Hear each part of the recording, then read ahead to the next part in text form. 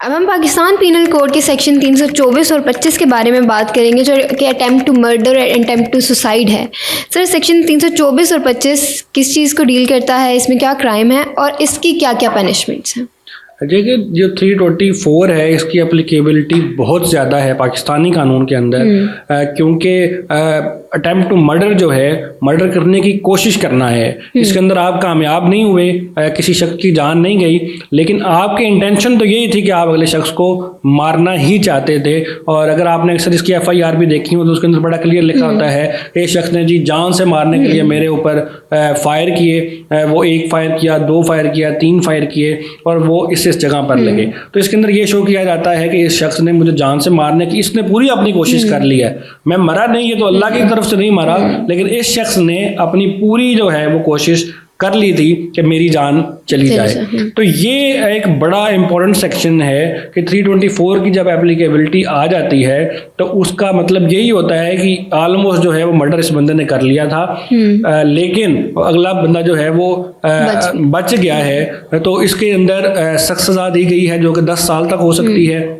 लेकिन अगर जो है आप कोई भी इन प्रीटेक्स्ट ऑफ ऑनर करेंगे, को ऑनर किसकी वजह से, जिस तरह के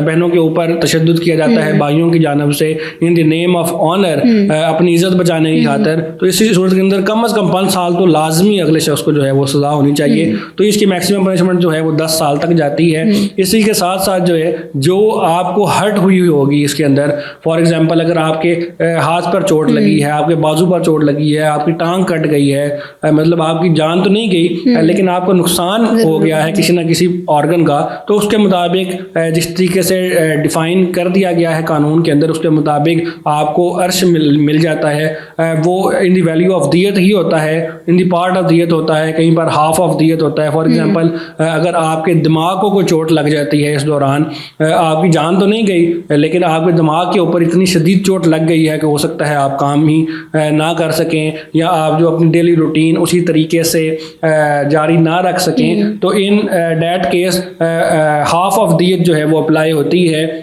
और वो आपने पे करना होता है अगले शख्स को। तो 324 के अंदर और 302 के अंदर और बाकी जितनी भी हमने पनिशमेंट्स देखी हैं उनके अंदर बेसिकली ये फ़र्क है कि वहाँ पर इंटेंशन तो वहाँ पर भी थी, यहाँ पर भी है, रॉन्गफुल एक्ट वहाँ पर भी था, यहाँ पर भी है। वहाँ पर मोड ऑफ मैनर जो था, जिस तरीके से मारा गया, वहाँ पर भी फायर हुआ लेकिन वहाँ पर जान चली गई। ये एक फ़र्क आ गया कि वहाँ पर जब जान चली जाएगी तो फिर तो हम डेथ और लाइफ इम्प्रिजनमेंट और किसास की तरफ चले जाएंगे। लेकिन अगर शख्स बच जाता है और उसको वैसे कोई ना कोई चोट आती है तो फिर सेक्शन 324 की तरफ चला जाएगा। इसी तरीके से जब हम 325 को देखते हैं